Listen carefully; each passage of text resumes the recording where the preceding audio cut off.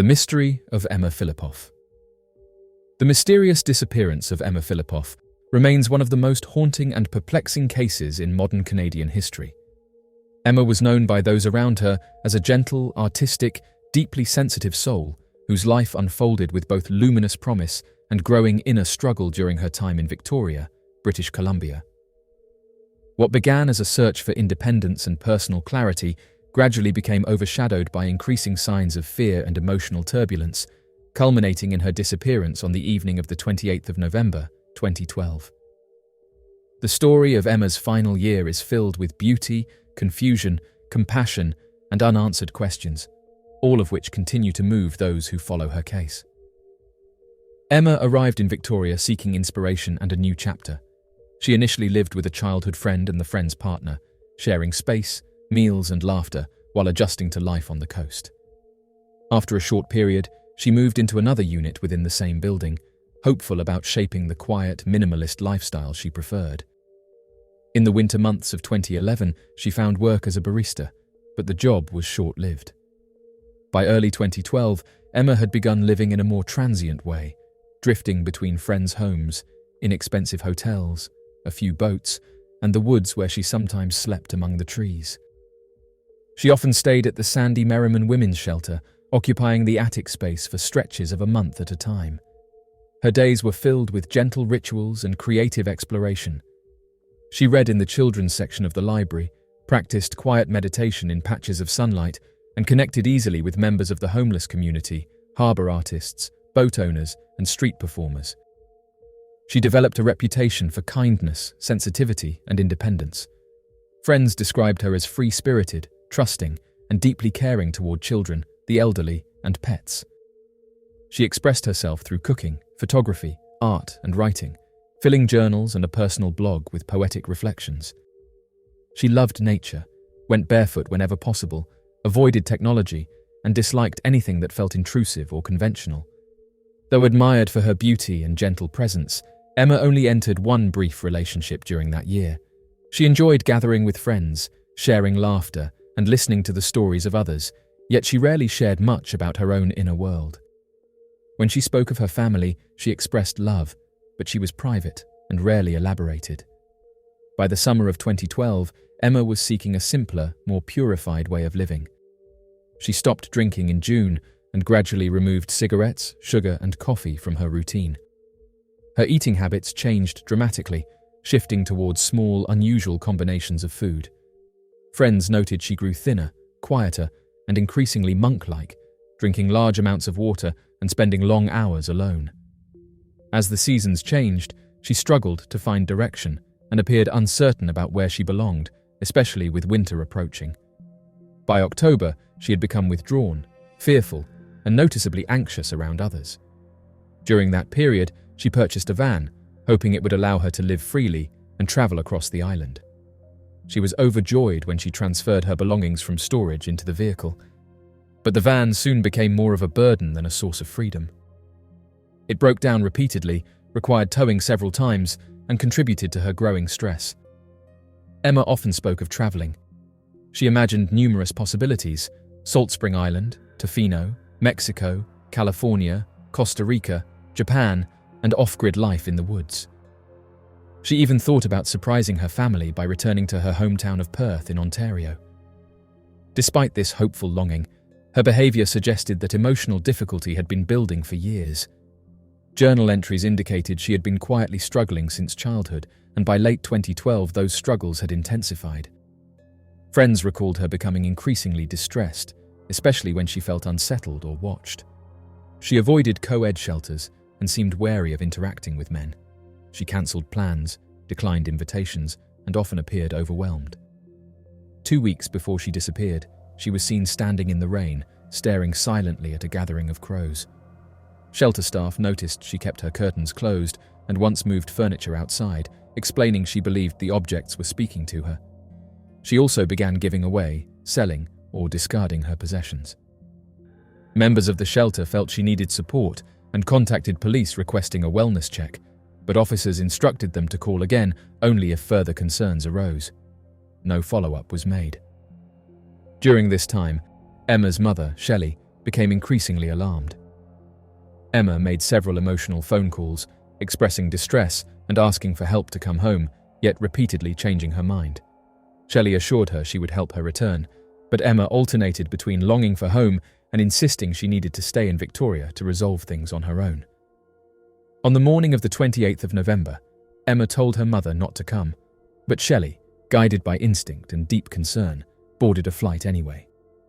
Meanwhile, Emma spent the day wandering through various parts of Victoria, repeatedly observed by passers-by who sensed she was distressed, disoriented, and deeply anxious. Some saw her pacing or standing motionless, others watched her walk barefoot, holding her shoes. A few attempted to help, but she declined or gently withdrew. That evening, Emma visited the women's shelter where staff informed her that her mother was on her way. She became visibly upset and hurried out the door. Minutes later, she took a short taxi ride, asking to go to the airport before abruptly changing her mind and returning to her starting point.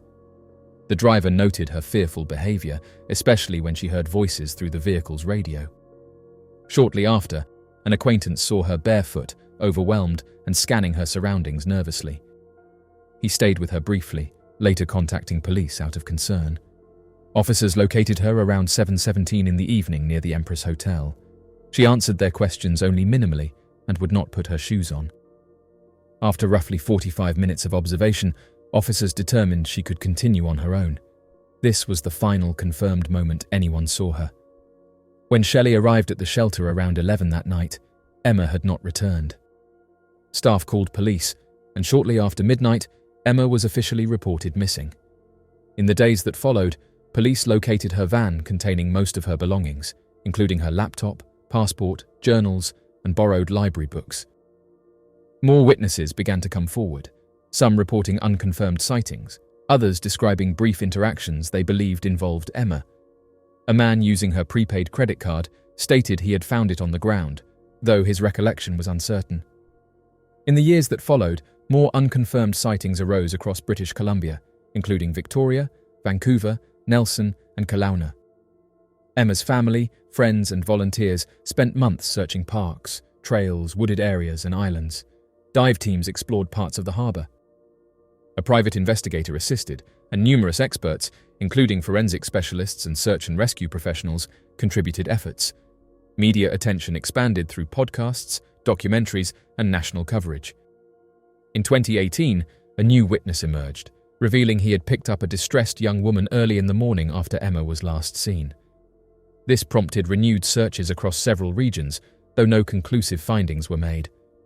Over the years, age-progressed images and documentaries have been created in hopes of bringing new awareness to the case, including the upcoming series Barefoot in the Night. Through every development, Emma's mother Shelley has remained unwavering in her search, working alongside advocates, volunteers, and the public. Online communities, posters, interviews, and social media campaigns continue to keep Emma's story alive. Her disappearance remains an unresolved mystery, but her spirit endures in every effort made to find her. The mystery of Charles David Hope. The mysterious disappearance of Charles David Hope has lingered in Florida's collective memory for more than 4 decades, becoming one of the most perplexing unsolved cases in the region's history.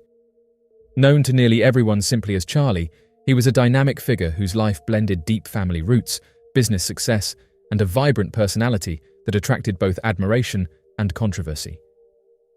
When he stepped out of the Redfish Seafood and Steakhouse in the early morning hours of the 1st of April, 1982, no one imagined that this would be the last time anyone would ever see him. His disappearance sparked an investigation filled with rumors, theories, and painful uncertainty that continues to haunt those who knew him. Charlie was born on the 30th of September, 1940, in Brooksville, Florida, the 4th of 6 children born to William, known as Buck, and his wife, Geraldine. The Hope family had lived in that region for generations and could trace their ancestry back to some of the earliest European settlers on Florida's western coast. Charlie grew up surrounded by the natural world. He loved fishing, hunting, and exploring the dense swamps and wooded expanses of Hernando County. His knowledge of the terrain was exceptional, shaped by countless hours outdoors and a natural affinity for the land. As a child and young man, He excelled both academically and athletically, displaying the same confidence and drive that would later define him as an adult. He married young, wedding his first wife, Alice, at the age of 17. Together, they raised 3 sons and 1 daughter. He initially worked in construction, but eventually found his calling in real estate. His charisma, business sense, and familiarity with the region helped him flourish, allowing him to become one of the most recognized realtors in the area. Beyond his business, he took on civic duties as chairman of the Hernando Valley Port Authority, a commission charged with maintaining navigable waterways. He resigned from that role in February of 1982, just weeks before his disappearance. Those who knew Charlie described him as outgoing, generous, and always ready to lend a hand. He was the type of person who drew attention wherever he went. Yet he also had traits that created tension with others. His fondness for harsh practical jokes, his blunt honesty, and his reputation as a womanizer led to complicated relationships and ultimately the end of 2 marriages.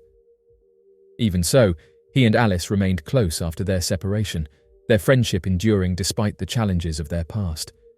In the weeks before he vanished, those closest to him sensed something was troubling him. During a trip to Georgia to attend his son Scott's military boot camp graduation, Charlie made a cryptic remark suggesting that if anything ever happened to him, Scott would be cared for. It was unusual for him to speak so seriously, and the comment lingered with those who heard it. On the 30th of March, he visited Alice and spent more time there than usual, quiet, thoughtful, and distant. While at her home, he received a phone call that left him visibly unsettled. He agreed to meet someone, though he never disclosed who they were or what the meeting involved. That same day, he stopped at his parents' home, speaking little but clearly wanting to see his mother. She was busy with guests, so he asked his father to have her call him later. On the following day, the 31st of March, he visited friends Joe and Karen Nikolai for dinner. They had not seen him in some time and were surprised by the visit.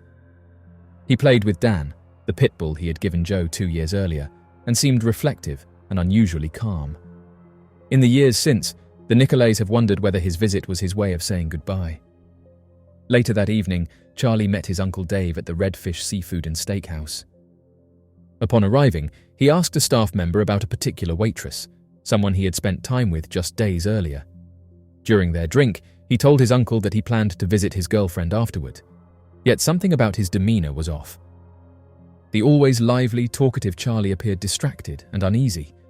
Sometime after 1 a.m, his absence from the restaurant was noticed. No one saw him leave, which was uncharacteristic for a man known for never slipping out quietly. His half-finished drink remained untouched on the table.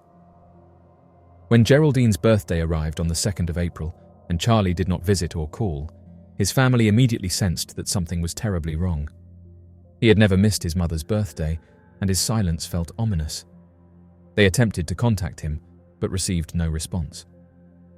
On the 6th of April, his secretary Carol arrived at the office to find his truck parked outside. This was not unusual, but Charlie was not inside, and no one had heard from him. When she contacted his parents, they confirmed that they too could not locate him. That same day, he was officially reported missing. Investigators began their search by examining his truck. To their surprise, it was locked, something he almost never did. Inside were several of his belongings, including some outdoor equipment, later valued at around $2,000. There was no sign of a struggle. Police interviewed friends, acquaintances, colleagues, and family members, but no one had seen him since that night at the Redfish. The waitress he had asked about was eventually located and questioned. She explained that she and Charlie were only friends and that they had recently gone canoeing. Authorities concluded she was not connected to his disappearance. Search efforts quickly expanded. Law enforcement, volunteers, and Charlie's friends combed the marshes, forests, and waterways of Hernando County. Helicopters and boats were brought in, but nothing was found. Weeks turned into months, and the case grew colder. Then, 8 months after he vanished, a man clearing brush near Charlie's office discovered a neatly folded pile of clothing roughly 100 yards away from the building. The garments were clean and undamaged. Though the blue Hawaiian shirt Charlie had worn on the night he disappeared was not among them, his family believed the clothes belonged to him. Investigators could never determine how or why the clothing ended up there, and the discovery only deepened the mystery. Over the years, Theories have circulated through Brooksville and beyond. Some believe Charlie encountered someone he feared. Others suspect a private meeting went wrong. There were whispers of jealous spouses, troubled business dealings, shadowy connections, or a hidden relationship. Some investigators even noted that several realtors had vanished under strange circumstances in the region around the same time, prompting speculation that someone might have been targeting them. Yet despite all the stories, none have brought clarity. No trace of Charlie has ever been found. His disappearance remains suspended between lingering hope and unending uncertainty, a haunting story carried forward through the memories of those who loved him. The mystery of Dora Muno Nyambe. Dora Muno Nyambe, a rising social media figure and humanitarian, left the world in shock when news of her sudden demise surfaced in late December 2023. Known for her compassion, courage, and relentless advocacy for vulnerable individuals in rural Zambia, Dora's passing at the age of 32 has sparked waves of grief and controversy across the globe. Her unexpected passing on Wednesday, December 25th, has not only left her followers mourning, but also stirred intense speculation and mystery surrounding the circumstances of her final hours. Dora had become a widely recognized presence on social media, where she amassed over 4 million followers. She also built a strong presence on Instagram, with over 110,000 supporters. Through these platforms, she chronicled her life in Zambia, particularly her work with children in a remote village where she founded the non-profit organization Footprints of Hope in 2019. Her mission was clear: to rescue young girls from marriage, provide education, food and safety to over 500 children, and employ local workers to help build schools and improve living conditions in an area often untouched by outside aid. Her work, while deeply inspiring to many across the globe, also earned her resentment from some within the community she served. On Friday, December 27th, a solemn message appeared on Dora's social media accounts, announcing her passing. It described her as a loving mother, heroine, peace philanthropist, and an extraordinary woman. The announcement stunned her global audience and triggered an outpouring of emotion, confusion, and theories. An official cause of what happened has yet to be publicly confirmed, which has only added to the speculation. What has particularly captured the public's attention is one of Dora's final posts on Instagram. In a video, she made a cryptic remark, saying that the villagers call her a witch. For many of her followers, this message took on a darker tone in the days following her demise. Dora's outspoken activism often placed her at odds with traditional beliefs in the region, where her access to social media and outside support was misunderstood and at times feared. Her wealth, gained through donations and international support, was viewed with suspicion, and some locals reportedly accused her of practicing witchcraft. According to reports shared online, Dora had attended a Christmas Eve celebration shortly before she fell severely ill. She was said to have driven herself to the hospital, suffering from intense stomach pains, and tragically passed away around 3 a.m. on Christmas. Though no official evidence has been released, some online users speculate she was poisoned, perhaps by those who opposed her efforts to intervene in cases of child marriage or by individuals resentful of her growing influence. One recurring theory alleges that her protective presence, which had resulted in the arrests of men involved in forced child marriages, had created a number of powerful enemies within the community. Rumors have spiraled further as grieving followers look for answers. Some have drawn parallels between Dora's demise and other high-profile cases of activists and visionaries whose deaths were sudden and unexplained. One social media user echoed a sentiment widely felt among her fans, stating that they took her life. Others lamented that the world had lost a true angel and expressed concerns for the safety and well-being of the individuals she had been protecting. Dora's advocacy was nothing short of heroic. She provided food, shelter, and education to hundreds of children, employed skilled locals to build sustainable infrastructure, and stood up to systems that exploited the vulnerable. Her courage, however, came at a cost. Living in a region where her modern values clashed with long-standing traditional norms, Dora constantly faced threats, misunderstandings, and mistrust.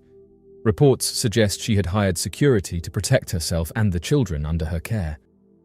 Yet, in the end, even with such precautions, her life was cut short. The mystery surrounding Dora Muno Nyambe's demise remains unresolved, with no official cause confirmed and a sea of unanswered questions lingering. Her legacy, however, speaks volumes. 4 deputies pass away under mysterious circumstances in 6 weeks.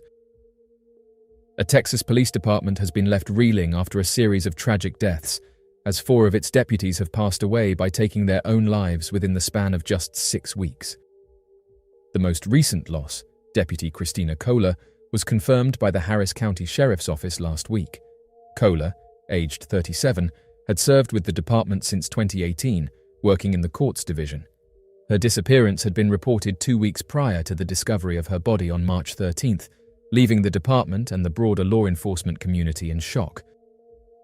The wave of mysterious passings did not begin with Kohler. 3 other former deputies, Maria Vasquez, William Bozeman, and Long Nguyen, also took their own lives in the weeks preceding her demise. Vasquez, who had recently left the department in December, passed away only 3 days after Kohler was found. Bozeman, another former deputy, was found under similar circumstances earlier in the week. Long Nguyen, aged 58, was found on February 6th, as confirmed by the medical examiner. Jose Lopez, president of the Harris County Deputies Organization, acknowledged the emotional toll the tragedies have taken on the department. The rapid succession of these events has ignited concerns not only about health within law enforcement, but also about the deeper pressures and traumas that officers often face in silence. Douglas Griffith, president of the Houston Police Officers Union, highlighted the disproportionate risk within the profession. However, the frequency and proximity of these incidents have also fueled speculation and unease among the public. Some voices online have raised suspicions, suggesting the possibility that these deputies may have been under immense pressure for reasons not entirely clear to the public. Rumors have swirled that the officers may have been aware of sensitive information or internal corruption and were silenced before they could speak out. Corruption, secrets, and cover-ups within law enforcement are often deeply embedded in institutional culture, making them difficult to expose or eradicate. While many officers enter the force with a strong sense of duty and a desire to uphold the law, those who attempt to speak out against internal wrongdoing often find themselves isolated and targeted. In environments where loyalty to fellow officers is placed above justice, whistleblowers are seen as traitors rather than heroes. This dangerous mindset creates a climate of fear and intimidation, where the cost of honesty can be severe. Officers who report misconduct may face retaliation ranging from career sabotage and harassment to more serious threats to their safety and the safety of their families. In extreme cases, those who challenge corruption have been subjected to violent retribution, both subtle and overt. Their calls for accountability are often ignored or buried by higher-ups, determined to protect the department's image at any cost. Although there is no concrete evidence to support such claims, the mystery and timing of the incidents have left room for widespread speculation. For the families and colleagues of the fallen deputies, the pain is deeply personal and raw. The law enforcement community in Harris County and beyond is grappling not only with grief, but also with urgent questions about how to prevent such tragedies from continuing. Lopez emphasized the importance of support and vigilance within the ranks, reminding officers to look out for one another and to recognize the signs of distress before it becomes too late. As investigations continue and the department seeks to heal, the series of demises has sparked broader conversations about the health crisis facing law enforcement and the systemic changes needed to better support those who risk their lives in service to others. The mystery of the stolen amethyst. The curse of the stolen amethyst, also misleadingly known as the Delhi purple sapphire, is a chilling tale of misfortune, despair, and mysterious coincidences that have followed the violet gem since it was stolen during the Indian Rebellion of 1857. Allegedly taken from the Temple of Indra in Kanpur by a Bengal cavalryman named Colonel W. Ferris, the amethyst was brought to England, where it quickly began to reveal its dark reputation. What appeared to be a beautiful stone soon proved to be a harbinger of ruin. Ferris lost nearly everything he owned, and his health rapidly declined after acquiring the gem. His son, who later inherited the amethyst, suffered a similar fate and in a desperate attempt to rid himself of its influence, passed it to a friend. That friend soon passed away, only to have willed the stone back to Ferris's son, ensuring its cursed path continued. By 1890, the ill-fated gem came into the possession of Edward Heron Allen, a polymath known for his intellectual pursuits in violin-making, palmistry, and literature. Despite his sharp mind and wide-ranging interests, Heron Allen was not immune to the amethyst's apparent malevolence. Misfortunes soon plagued him, and when he gave the stone to a singer friend, she claimed that her once gifted voice vanished overnight, never to return. Deeply unsettled, Heron Allen attempted to be rid of the gem once and for all by hurling it into London's Regent's Canal. However, even that effort proved futile. Just 3 months later, the amethyst reappeared in his life, dredged up, and returned to him by an unwitting dealer. Convinced now of the stone's evil, Heron Allen took extraordinary measures to prevent its curse from harming others. He locked the amethyst within 7 nested boxes and secured it in a bank vault, instructing that it should not be removed until 3 years after his demise. When he died in 1943, his daughter honoured his request and donated the stone to the Natural History Museum in London. Along with it came a letter from Heron Allen warning future handlers. Whoever shall then open it shall first read out this warning and then do as he pleases with the jewel. My advice to him or her is to cast it into the sea. Despite its ominous past, the amethyst was eventually put on display in 2007, set in a ring of silver and adorned with 2 scarab beetles. Yet some suspect that its curse continues to linger. Richard Savin, a curator involved in transporting the gem, recounted a bizarre and terrifying thunderstorm during a drive, lightning crackling around his car, his wife begging him to discard the stone. He also claimed to fall ill every time he planned to attend a Heron Allen Society meeting. While some may dismiss these events as mere coincidences, the long history of tragedy linked to the amethyst leaves others wondering whether it truly remains cursed. From colonial theft to locked vaults, the tale of the cursed amethyst serves as a haunting reminder that some treasures may carry more than just beauty. They may also bear the weight of sorrow, mystery, and a warning to those who dare to possess them. Chris Kremers and Lisanne Froon, 2 Dutch vacationers, were hiking in Panama in April 2014, but they never came back. Officials discovered their bleached bones and unsettling photos months later.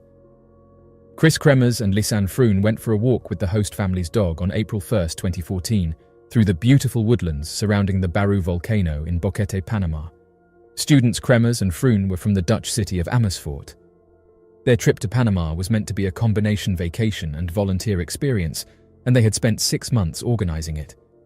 In addition to assisting with local children, teaching arts and crafts, and studying Spanish, they intended to spend some time hiking and exploring. As part of a backpacking mission trip, the 2 women had been hiking through the Panamanian forest for the previous 2 weeks. They planned to stay with their host family for the next 4 weeks in order to volunteer at a nearby school.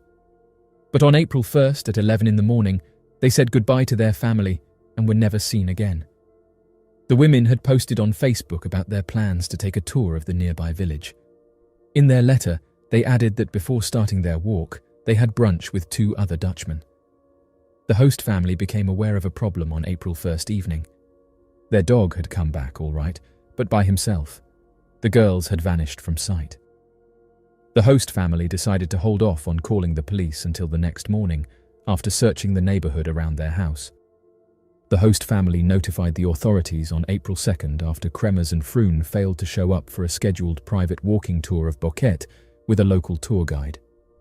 The following morning, villagers searched the settlement and the areas with light forest cover, in addition to conducting an airborne search of the forest. The 2 women were still unaccounted for as of April 6th. The families of Chris Kremers and Lisanne Froon, fearing the worst, took a plane to Panama and brought detectives from the Netherlands with them. They scoured the jungles for 10 days with the assistance of dog teams and local police. Weeks passed, and after 10 weeks, neither Kremers nor Froon had made an appearance. Then, a local woman handed in a blue rucksack, saying she had found it in a rice paddy by the river, just as police were winding down their search. Lisanne Froon's passport, 2 pairs of sunglasses, $83 in cash, a water bottle and 2 bras were all found inside the backpack. Most significantly, Froon's camera and the cell phones of the two women were also found inside. Police looked into the cameras and phones right away, and they found some unsettling evidence.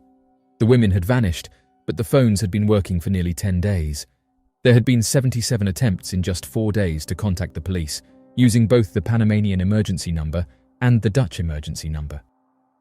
Police were able to piece together a rough timeline of the girls' disappearance from the forests by using the call data. All of these attempts failed because of the dense vegetation. Only one of the 77 calls succeeded in connecting, and that one ended after a mere 2 seconds. Additionally, the police found that Kremer's phone had been repeatedly unlocked using the wrong PIN on April 6th. It never again got the right number, and by April 11th, neither phone was working.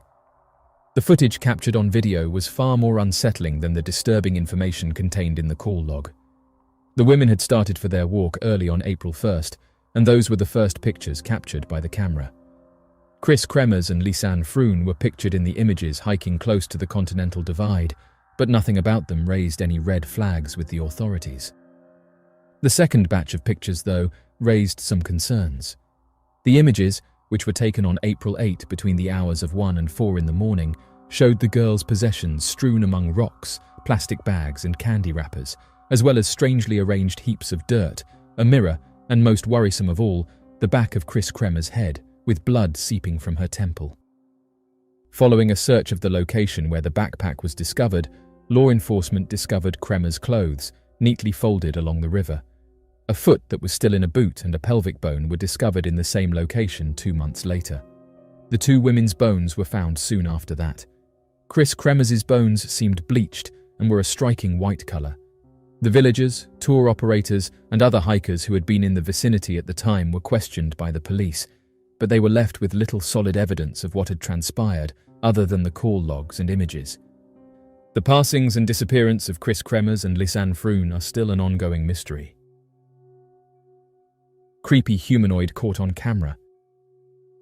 In the annals of unidentified aerial phenomena, few incidents have captured the imagination and curiosity of both researchers and the public, like the mysterious humanoid-shaped objects sighted above Nuevo León, Mexico. In 2006, this compelling event, which unfolded over the city and surrounding areas, stands as a testament to the mysterious nature of UFO encounters and the profound questions they raise about our understanding of the universe and potential extraterrestrial visitation. The sightings over Nuevo León occurred during the early hours of a clear morning in the summer of 2006. Multiple witnesses reported observing humanoid-shaped objects hovering silently in the sky, characterized by their distinct human-like form and unusual maneuverability. Accounts described these entities as elongated figures with discernible limbs, resembling silhouettes or outlines against the backdrop of the morning sky. The UFO Mexican Club captured what looks to be an object or entity floating over the Nuevo León highlands on camera. The thing seems to be moving straight ahead, parallel to the top of the mountain. This was mistakenly called a witch by the Mexican press very quickly. Media reports about the witches of Monterrey proliferated. Reports of in-person meetings with these alleged witches began to surface as the media began to focus on the town and its residents. Two tales of two police officers having a close contact with these entities grabbed headlines. Santa Catarina, California, Officer Gerardo Garza reported sighting two entities that had a resemblance to the popular image of a witch, complete with a bonnet or cape and long fingernails, flying on a broom. Officer Garza said that he saw these two things floating around a nearby cemetery while conducting a normal inspection of an abandoned area. They were described by the officer as being feminine and coated in what looked like feathers. Another cop from another district had an even more scary encounter. One of these entities attacked Guadalupe officer Leonardo Samaniego. Officer Samaniego, who is shown on camera shaking immediately after the incident, says that the creature fell from a tree onto the bonnet of his car while he was on patrol. The entity, according to the officer, has feminine characteristics. He also says that it has dark skin and big eyes, clad in what seemed like a cloak. After that, he says, the thing put its hand on the windscreen, and that's when he passed out. All he can recall is waking up in his squad car, vest and shirt wrinkled. He dialed for support and emergency medical help. To record the aftermath, camera crews were present. One of the most compelling aspects of the Nuevo León sightings was the consistency of witness testimonies across different locations throughout the city. Witnesses from various neighborhoods reported similar details, including the object's size, shape, and behavior. Many described feeling a sense of awe and disbelief as they watched the humanoid forms hover motionless or move with fluid grace through the air, defying conventional aircraft capabilities. Video footage and photographs captured by witnesses further substantiated the reports, showing dark, humanoid shapes against the bright morning sky. These visual records, though often grainy or indistinct due to the limitations of recording technology at the time, provided crucial evidence of the phenomenon and contributed to the broader investigation by ufologists and researchers. In the aftermath of the sightings, local authorities and media outlets in Nuevo León were inundated with inquiries and requests for information about the mysterious objects. Residents sought explanations for what they had witnessed, while scientists and experts in UFO research scrambled to analyze the available evidence and formulate hypotheses about the nature and origin of the humanoid-shaped entities. Mysterious figure seen in abandoned military ship. When a man took a mysterious photograph while working on an old military boat, he later realized that something had been inadvertently recorded in the backdrop. The eyewitness stated that they work at sea. The photograph initially appeared online in August of 2014. They entered the dry dock to perform repairs and a refit, and when a ship is placed in a lock, its gates are closed. All of the water is pumped out, and the ship is left high and dry, or on the blocks, allowing for hull inspections and repairs. An outdated military frigate that was being dismantled for scrap was next to them. This boat was there almost 2 weeks before them. The crew abandoned the old ship to her destiny once the frigate was dry and on the blocks. A sad scene, but such is life. The dock workers could resume their work when all the delicate items had been taken out. J. John, the dock foreman, was the first to board, carrying a camera to snap images of the work areas. It's estimated that he took a couple hundred photographs, and this was one of them. After he showed his boss all the photos, the boss immediately called John and questioned why there was a guy with the axe at the edge of the camera. John was perplexed because he had not seen anyone on the ship. Deep within the ship, in a cross passageway, was where this photo was taken. He carried a torch and a camera with him, and whenever he went to snap a picture, he would switch off the torch, leaving him completely in the dark. He would then switch the torch back on and head out. The police were notified right away as the ship was military. The cops showed there and conducted their own inquiry. They discovered no evidence of human habitation aboard the ship, and it's also noteworthy that there was a single CCTV-covered gangway for passengers to board and exit the ship. Since there was a 25-meter drop, it seemed quite unlikely that someone would jump from the side. The disappearance of Finn Creaney in the Scottish Highlands. On Friday, March 25, 2022, at around 2 in the afternoon, Finn Creaney, aged 32, left on a walk. He was dropped off to begin his intended walking path around Loch Narva and south to Golspie on the public road in Sutherland, Scotland. He circled the region between Altnahara and Golspie on his hiking trip.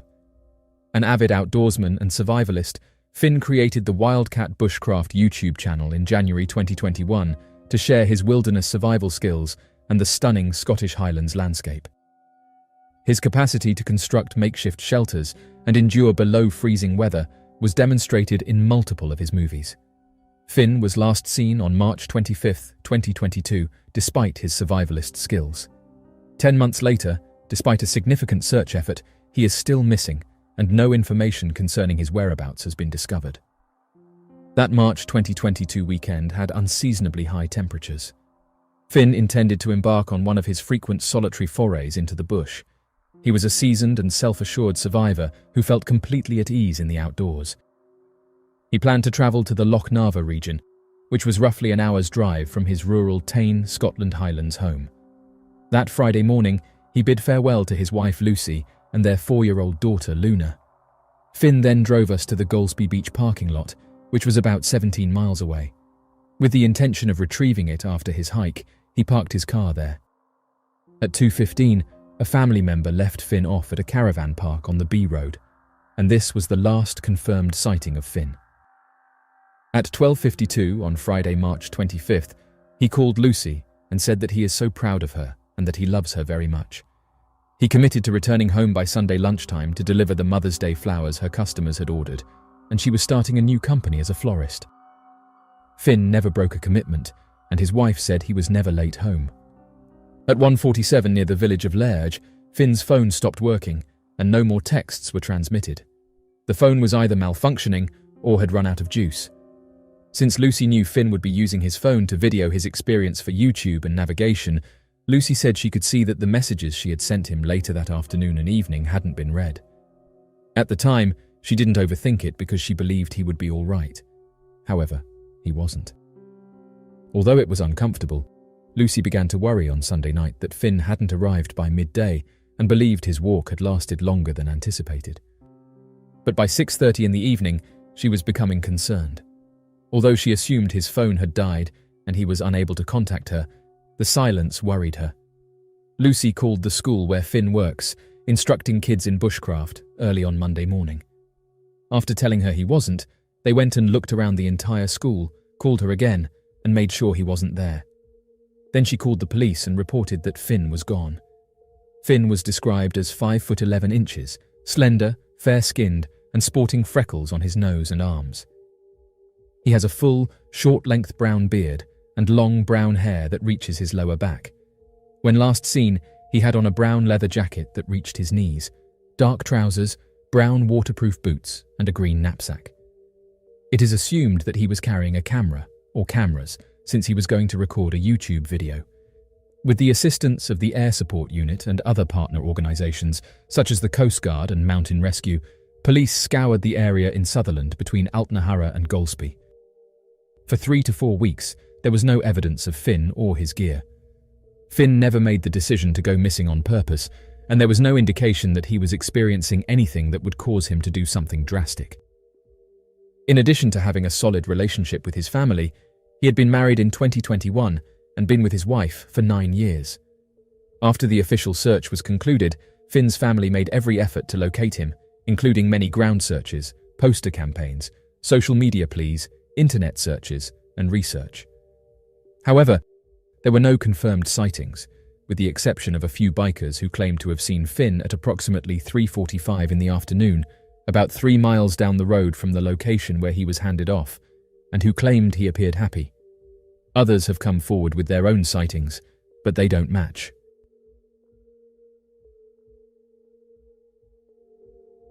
The Paris catacombs, a vast subterranean labyrinth beneath the streets of Paris, have long captured the imagination of adventurers, historians, and thrill-seekers alike. Originally built as quarries to mine limestone during the Roman era, the catacombs were later repurposed as a mass burial site in the 18th century, housing the remains of more than 6 million Parisians. In the 1990s, chilling found footage emerged, capturing the harrowing journey of a man who got lost within the catacombs and was never seen again. The Paris catacombs encompass more than 200 miles of underground tunnels, chambers and galleries, making it one of the largest ossuaries in the world. Over the centuries, the catacombs have served various purposes, from a clandestine meeting place for revolutionaries during the French Revolution to a hideout for members of the French resistance during World War II. Despite the fascinating history of the catacombs, their vast and labyrinth nature presents a significant danger to those who venture off the designated paths. The maze of tunnels can be disorienting, and inexperienced explorers run the risk of becoming lost or trapped within the catacombs. In the early 1990s, a group of Parisian catacomb explorers, known as cataphiles, stumbled upon a discarded video camera deep within the tunnels. The camera contained a chilling piece of found footage, which captured the journey of an unidentified man as he ventured deeper into the catacombs, eventually becoming disoriented and lost. The footage shows the man's mounting panic and desperation as he navigates the seemingly endless maze of tunnels, before ultimately abandoning his camera and disappearing into the darkness. The found footage was later aired in a 2000 documentary titled The Forbidden Paris Catacombs, sparking widespread interest and speculation about the identity and fate of the lost explorer. The authenticity of the found footage has been a subject of debate among skeptics and enthusiasts alike. While some believe the footage to be a genuine documentation of the man's harrowing experience, others have argued that it could be an elaborate hoax staged to create a sensational story. Nevertheless, the footage has prompted numerous investigations and search efforts to uncover the identity of the lost explorer and determine his ultimate fate. Despite these efforts, the man's identity remains unknown, and no trace of him has been found within the catacombs. Several theories have been proposed to explain the man's disappearance, ranging from the possibility that he succumbed to hypothermia or dehydration in the tunnels, to the more sinister notion that he was intentionally led astray by malicious individuals or supernatural forces. Nonetheless, the existence of the footage can be supported by an argument, given that no one has come forward to claim the ownership of it ever since it was initially broadcasted almost 2 decades ago.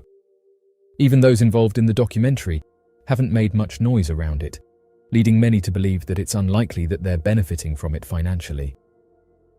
Assuming the authenticity of the found footage, the main concern is to uncover the fate of the individual. Investigating this specific topic has posed difficulties in terms of reliable sources, given the scarcity of information available. Although various sources have linked paranormal activity to the video, researchers who live close to the area believe that a more plausible explanation can be derived. The catacombs consist of tunnels that extend for 150 to 200 miles, making it easy to become disoriented and lost. As evident from past rescues of stranded teenagers, it's not uncommon for people to lose their way amidst the catacombs. With temperatures averaging at 60 degrees Fahrenheit, it's possible that the man in the video lost his bearings and eventually succumbed to hypothermia. The enigma of the found footage of the lost Paris catacombs explorer continues to captivate and mystify those who delve into the dark history of this subterranean ossuary. The chilling footage serves as a stark reminder of the dangers inherent in venturing into the catacombs, as well as a testament to the enduring allure of the unknown. The fate of the lost explorer remains a mystery, shrouded in the shadows of the Parisian underworld and the murky depths of human imagination. The chilling atmosphere and macabre history of this subterranean world have given rise to countless legends, ghost stories, and tales of supernatural encounters. The Paris catacombs originated as limestone quarries during the Roman era, supplying materials for the city's construction. By the 18th century, Paris was grappling with the issue of overcrowded cemeteries, particularly the Central Cemetery of the Innocents, which was becoming a public health hazard. To address this problem, authorities decided to convert the abandoned quarries into an ossuary, a process that began in 1786 and continued until the mid-19th century. The bones from the overcrowded cemeteries were transported to the catacombs with great ceremony, blessed by priests and carefully arranged in artistic patterns. The dark, labyrinthine nature of the catacombs, combined with their macabre history, has fostered an atmosphere ripe for supernatural speculation. Over time, numerous legends have emerged, with some claiming that the tunnels are haunted by the spirits of those whose remains lie within, while others speak of the ghosts of revolutionaries and members of the French resistance who once sought refuge in the tunnels. Many visitors have reported inexplicable occurrences, such as sudden drops in temperature, unexplained noises, and even apparitions.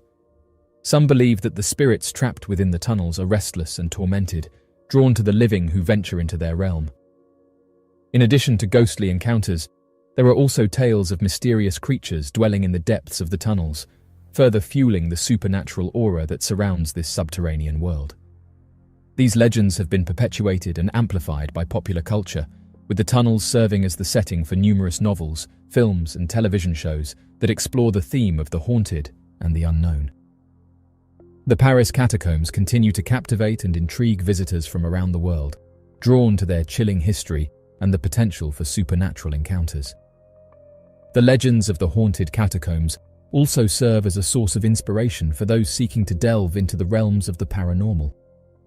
Many ghost hunters and paranormal enthusiasts have ventured into the tunnels, armed with equipment designed to detect and document supernatural phenomena, in the hope of capturing definitive evidence of the spirits that are said to dwell within. The haunting history of the Paris catacombs is a testament to the enduring fascination with the unknown and the supernatural. The chilling atmosphere, combined with the macabre history of this subterranean world, has given rise to countless legends and ghost stories that continue to captivate the imagination. As a site of cultural and historical significance, the catacombs serve as a powerful reminder of the mysteries of the afterlife, drawing visitors from around the world. Today, the tunnels house the remains of an estimated 6 million people, making them one of the largest ossuaries in the world. The tunnels are a significant cultural and historical site, offering a unique window into the city's past. They serve as a stark reminder of the fragility of human life and the passage of time. Each year, thousands of tourists descend into the depths of the catacombs, eager to experience the eerie atmosphere and learn about their history. In recent years, there has been a growing interest in cataphiles, urban explorers who venture off the designated paths to explore the forbidden sections of the catacombs. While these adventures can be thrilling, they are also dangerous, as the tunnels can be disorienting and treacherous. Many who've explored the tunnels have said that there's evidence of residual haunting. Residual haunting is a term used in the field of paranormal research to describe a type of haunting that is believed to be a mere playback of past events, rather than an active interaction with an intelligent spirit. This phenomenon has been the subject of much debate and speculation among paranormal enthusiasts and skeptics alike. Residual haunting is a phenomenon in which seemingly paranormal occurrences appear to be replaying events from the past, often in a repetitive and consistent manner. These hauntings are believed to be the result of powerful emotions or traumatic experiences that have left an indelible imprint on the environment, causing the events to replay like a recording. Unlike traditional hauntings, which involve an intelligent spirit actively interacting with the living, residual hauntings are thought to be devoid of any conscious presence. Instead, they are said to be merely an echo of the past, with no ability to interact or communicate with the living. The concept of residual haunting has led to several theories attempting to explain the phenomenon. One popular explanation is the stone tape theory, which posits that certain materials, such as stone or metal, can absorb and store the energy of past events. When the right conditions are present, this stored energy may be released, allowing the events to replay in a seemingly paranormal manner. Another theory suggests that residual hauntings may be the result of a psychic imprint left by powerful emotions or experiences. This psychic energy may become embedded in the environment and can be perceived by individuals who are sensitive to such energy, resulting in the perception of a haunting. It is important to note that these theories, while intriguing, remain speculative and have not been empirically proven. Critics argue that the concept of residual haunting may be an attempt to rationalize seemingly inexplicable phenomena, attributing them to natural or psychological causes rather than supernatural intervention.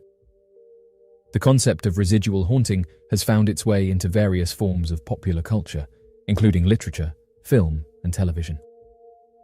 Stories of residual hauntings often focus on the eerie nature of witnessing past events unfold, as if they were occurring in real time, with the characters in the story struggling to understand and come to terms with the phenomenon. These tales often serve as a metaphor for the enduring power of the past and its ability to continue to impact the present. Additionally, the concept of residual haunting can serve as a source of inspiration for those interested in exploring the mysterious and unknown realms of the paranormal. The existence of residual hauntings remains a contentious issue, with skeptics arguing that such phenomena can be more readily explained by psychological factors, such as suggestibility and the power of expectation, rather than supernatural intervention. However, proponents of the residual haunting theory point to the consistency and specificity of reported experiences as evidence of a genuine paranormal phenomenon. While definitive proof of residual hauntings remains elusive, the concept continues to fascinate and captivate those interested in exploring the mysteries of the paranormal world. Residual haunting is a captivating concept that offers a unique perspective on the nature of paranormal phenomena. While the existence of residual hauntings remains a topic of debate and speculation, the concept continues to intrigue and inspire those interested in the paranormal world. Whether seen as echoes of the past, psychic imprints, or a mere figment of the imagination, residual hauntings serve as a powerful reminder of the enduring fascination with the unknown and the mysterious world beyond our understanding. The mystery of the lead mask case. The unsolved lead masks case originated in the mountainous regions of Rio de Janeiro. During a particularly sunny summer day in 1966, a young guy accidentally made a chilling discovery. Adjacent to each other, and appearing to be unharmed, the deceased individuals donned lead masks covering their eyes. The little possessions they had at their disposal provided no explanations as to what happened to them, and one of them had a note in his pocket that further intensified the mystery. Over time, several hypotheses on the mysterious incident have surfaced, encompassing both ordinary and supernatural explanations. Nevertheless, detectives remain unaware of the reasons behind the two deceased individuals donning lead masks, the specific factors that attracted them to the Rio Highlands, or even how they passed away in the first place. A young man called Jorge da Costa Alves made the decision on August 20th, 1966, to launch his kite into the hills. During his stroll around Vintém Hill in Niterói, Rio de Janeiro, he encountered the alarming sight of two deceased individuals buried in the dense vegetation. When the cops came, they discovered an unusual scene.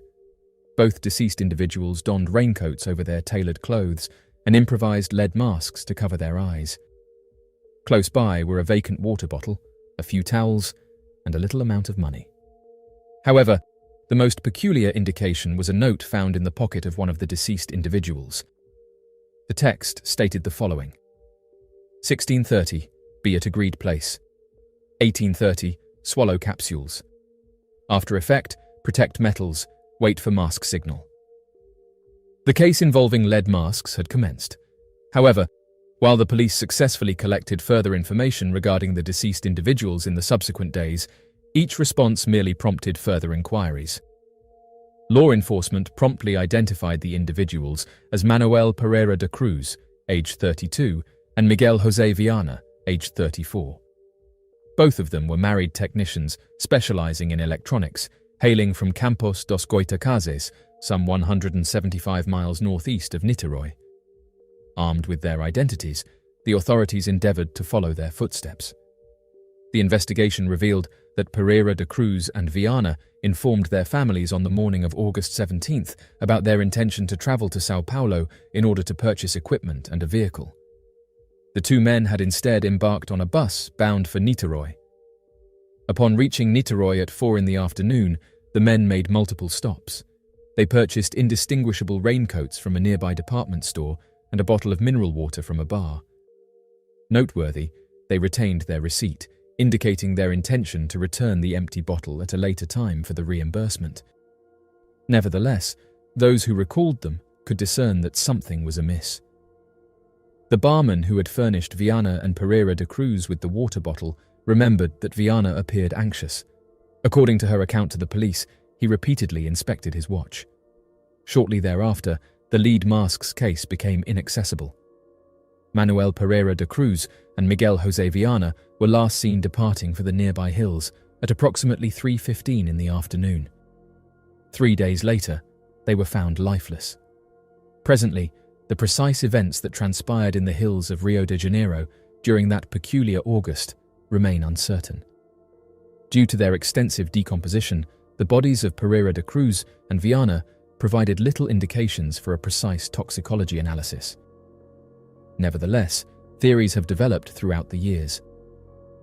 As authorities found at the time, Pereira da Cruz and Viana were not just technicians in the field of electronics repair. According to Pereira da Cruz's wife, both individuals had experimented with scientific spiritism and had a fascination with establishing communication with extraterrestrial beings. They had made several attempts with their acquaintance, Elcio Gomez. At one point, a collaboratively constructed electronic gadget spontaneously detonated in the backyard of Pereira da Cruz. In an apparent attempt, the trio retested the device on a beach and asserted to have observed a meteorological detonation in the atmosphere. However, law enforcement pursued more conventional leads. The authorities briefly considered Gomes as a potential suspect after Pereira da Cruz's wife reported that he had engaged in a physical altercation with her husband. Furthermore, Gomes had recounted conflicting narratives to them. Moreover, Hamilton Bazzani confessed to the police that he had assisted in the theft and taking the life of Pereira da Cruz and Viana after encountering them at a spiritualism center and enticing them to Niterói. Nevertheless, the police authorities were unsuccessful in substantiating his account. Ultimately, it is insufficient to ascertain the motives behind the two men's decision to venture into the hills.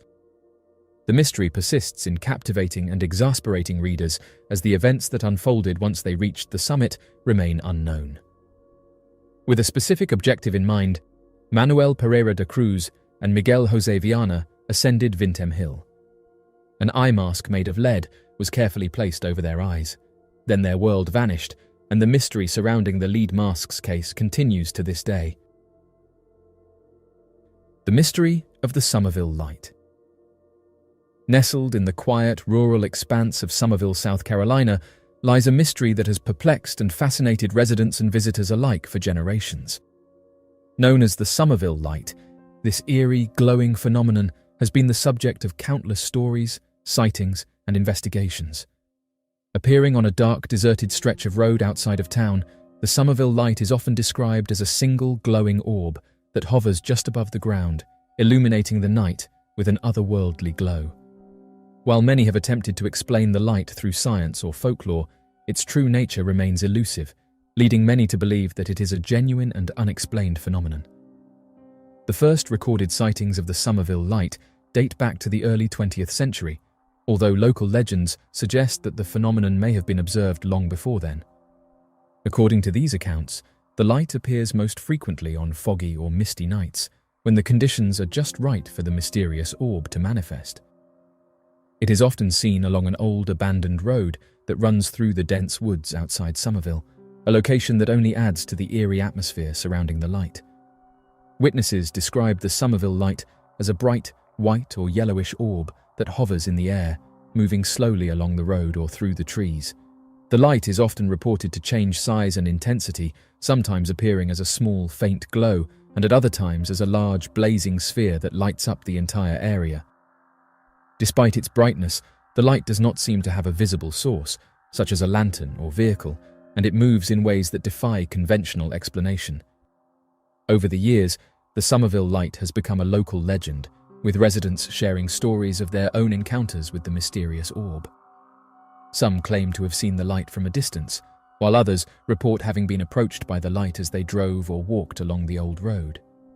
In some cases, the light is said to have followed them, keeping pace with their vehicle or appearing in their rearview mirror, only to disappear as suddenly as it appeared. The Somerville Light has inspired numerous theories and explanations over the years, as people have tried to make sense of the phenomenon. One of the most common explanations is that the light is the result of natural causes, such as swamp gas or reflections from distant lights. Swamp gas, or methane, is known to produce a faint glow when it comes into contact with oxygen, and some believe that the conditions in the Somerville area might be just right for this to occur. However, skeptics of the swamp gas theory point out that the Somerville Light does not behave like typical swamp gas ignitions, which are usually short-lived and erratic. The Somerville Light, by contrast, is often observed for extended periods of time and appears to move with purpose, as if guided by an unseen hand. Another popular theory is that the light is a form of ball lightning, a rare and poorly understood atmospheric phenomenon that involves glowing, spherical objects of electricity. Ball lightning is known to appear during thunderstorms or other electrical disturbances, and it can move in unpredictable ways.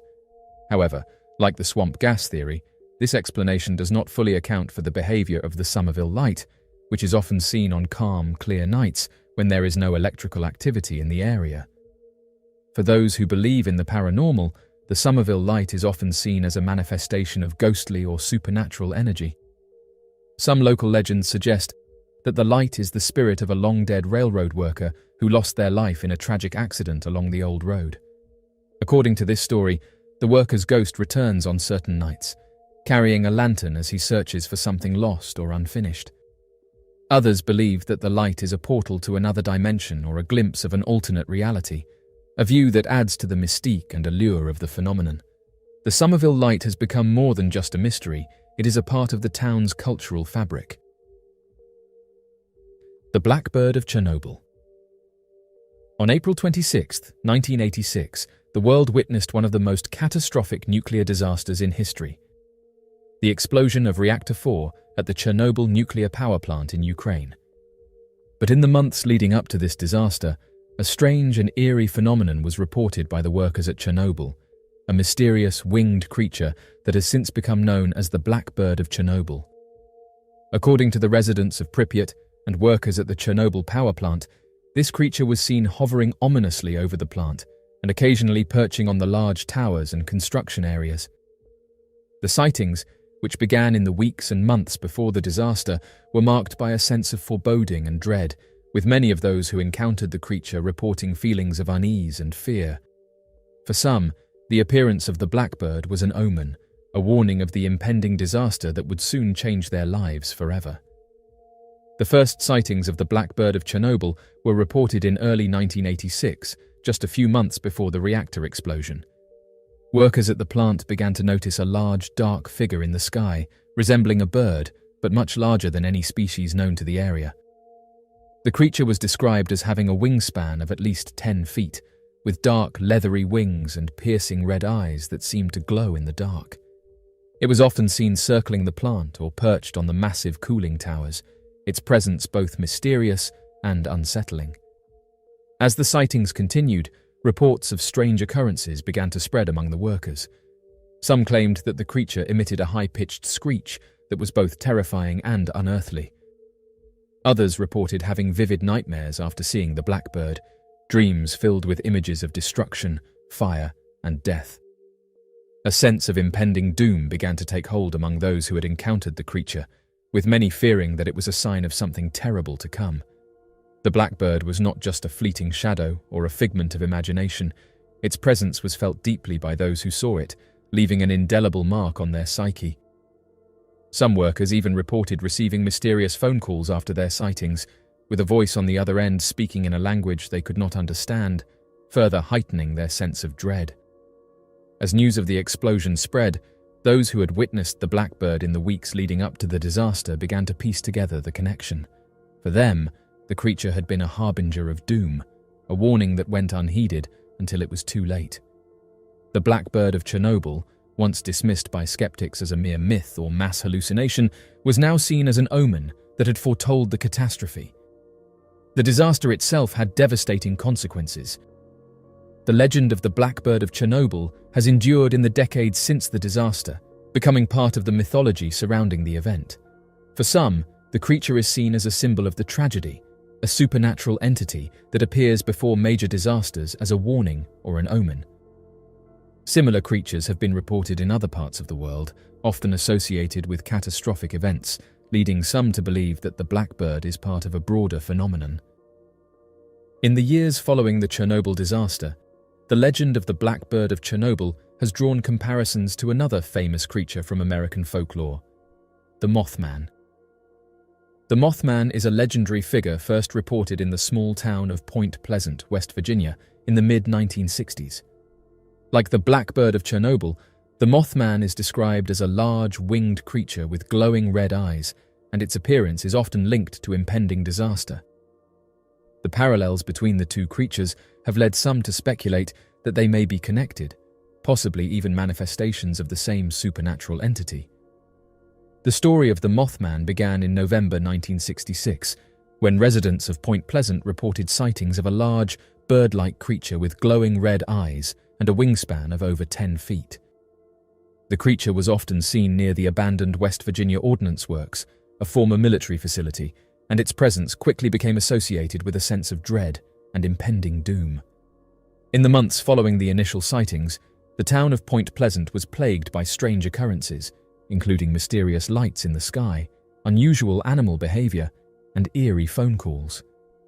The Mothman was spotted repeatedly, often near the site of these disturbances, and the sense of unease among the townspeople grew. The sightings culminated in a tragic event on December 15, 1967, when the Silver Bridge, which connected Point Pleasant to Gallipolis, Ohio, suddenly collapsed during rush hour, causing 46 people to lose their lives. The legend of the Mothman has since become an enduring part of American folklore, inspiring books, documentaries, and even a Hollywood film. For many, the Mothman is seen as a harbinger of disaster, a supernatural entity that appears to warn of impending tragedy. The similarities between the Blackbird of Chernobyl and the Mothman are striking. Both creatures are described as large, winged beings with glowing red eyes, and both are associated with a sense of foreboding and disaster. The fact that the Blackbird was sighted in the months leading up to the Chernobyl disaster, much like the Mothman was seen before the Silver Bridge collapse, has led some to speculate that the two creatures could be connected. One theory is that the Blackbird and the Mothman are different manifestations of the same supernatural entity. This entity, according to believers, appears in various forms to warn of impending disasters. The sightings of these creatures are seen as omens, meant to alert people to the danger that lies ahead. Proponents of this theory point to the consistent descriptions of the creatures, the timing of their appearances, and the similar feelings of dread reported by witnesses as evidence of a connection. Some researchers suggest that the Blackbird of Chernobyl and the Mothman might be part of a broader phenomenon of phantoms or creatures that appear before major disasters. These creatures are often described as having otherworldly characteristics, such as glowing eyes, unusual sizes, or the ability to vanish suddenly. Theories about their origins range from the paranormal to the extraterrestrial, with some suggesting that these beings are sent by higher powers to warn humanity of impending doom.